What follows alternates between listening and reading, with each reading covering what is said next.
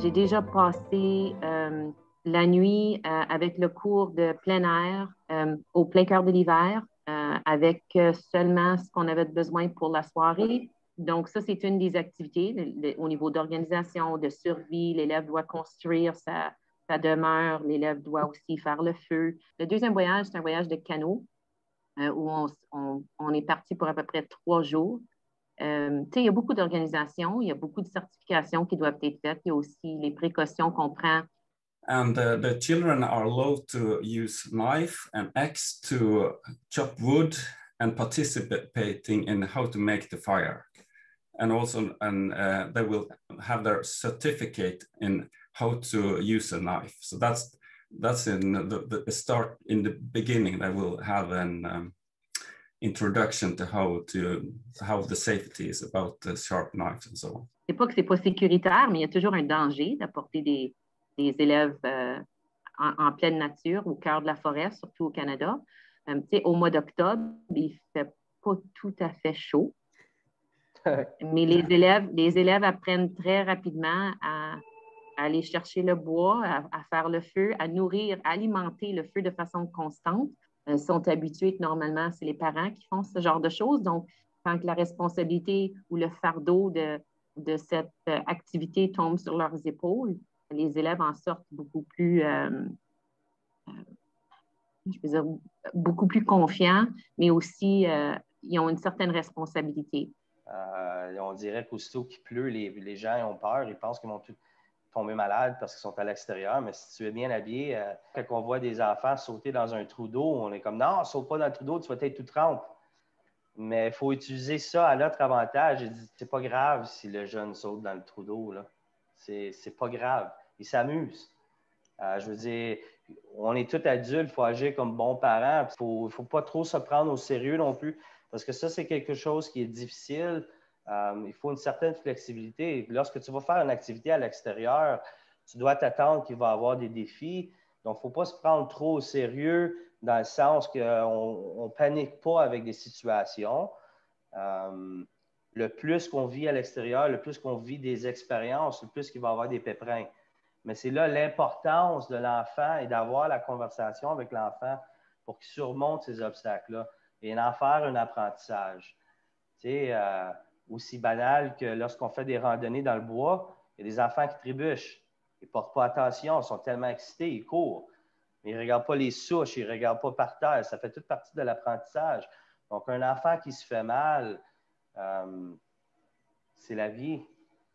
Tant et si longtemps qu'on peut démontrer qu'on n'a pas été négligent, on ne place jamais les enfants dans un péril, dans un danger, mais c'est des risques calculés. Yeah, of course, there's a lot of teachers that are skeptical because they don't think they have the competence to organize for a whole class. So, and also there are parents that are concerned that the school are taking the kids in the traffic and so on. The risk is a big topic, and in the school you will always find some teachers that are more enthusiastic and more competent to do this kind of thing.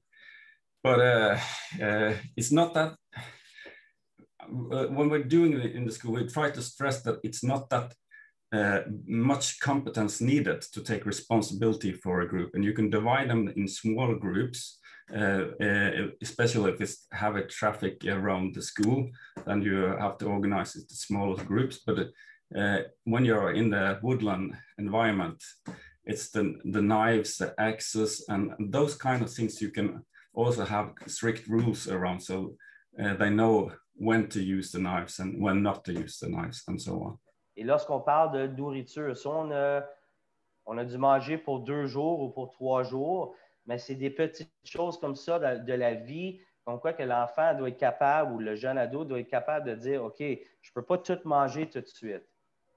Donc, comment est-ce que je vais faire pour organiser mes repas? Comment est-ce que je vais faire pour m'assurer que dans 3 jours, je vais avoir encore assez de manger pour avoir assez d'énergie pour faire du canotage pendant 4 heures de temps pour retourner. Donc, c'est toutes des petites composantes comme ça qui développent la capacité de l'individu et on ose croire que ça reflète lorsqu'il va dans ses autres cours sur toute la question de comment s'organiser, l'autonomie, la fiabilité, la confiance, la persévérance. Bon, au début, je ne vous cache pas que c'est le gros foutoir parce que les enfants, ils reçoivent leurs documents et voilà, on se retrouve après un plan de travail, 2 plans de travail avec des enfants qui ont fait « Ah non, on fait que les matières qu'on aime bien, on n'a rien fait ailleurs ». Et voilà, il y a tout un système qui est mis en place je ne vais pas dire de contrôle parce que j'aime pas le terme, mais on vérifie l'avancement, hein, on vérifie, on accompagne tout au long avec des échéances. Hein. Donc, par exemple, après une semaine, on dresse un petit bilan individuel, on prend 15-20 minutes avec chaque enfant en disant voilà, où est-ce que tu en es dans ton travail, hein, indépendamment de sa branche, hein, vraiment de façon globale.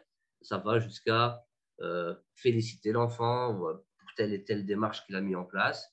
Ça peut aller jusqu'à le guider en lui disant écoute, pour moi, à partir de maintenant, c'est important qu'à telle heure, tu sois à côté de madame telle pour travailler telle branche parce que je me rends compte que tu as commencé parce que tu aimais ou parce que tu n'aimais pas et là, il y a un souci auquel il faut remédier.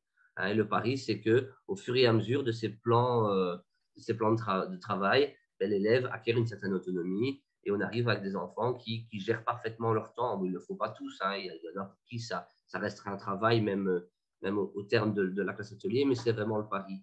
C'est vraiment le pari de se dire je gère mon temps comme je l'entends. I think a lot of parents are protective towards their children. They want to have the control and want to know what the plans are and what the competence that school have. And so it's more important to have the information and the dialogue between the school and the parents to show pictures and videos and so involving them in what we are doing is more important nowadays than it was. But we are trying to give them the positive sides, like the joy of mastering, the joy of climbing a high tree, to making their own fire, and also the play are more rough and tumble, their play fighting and so on. So trying to argument for this is kind of important for the children to experience in their own development.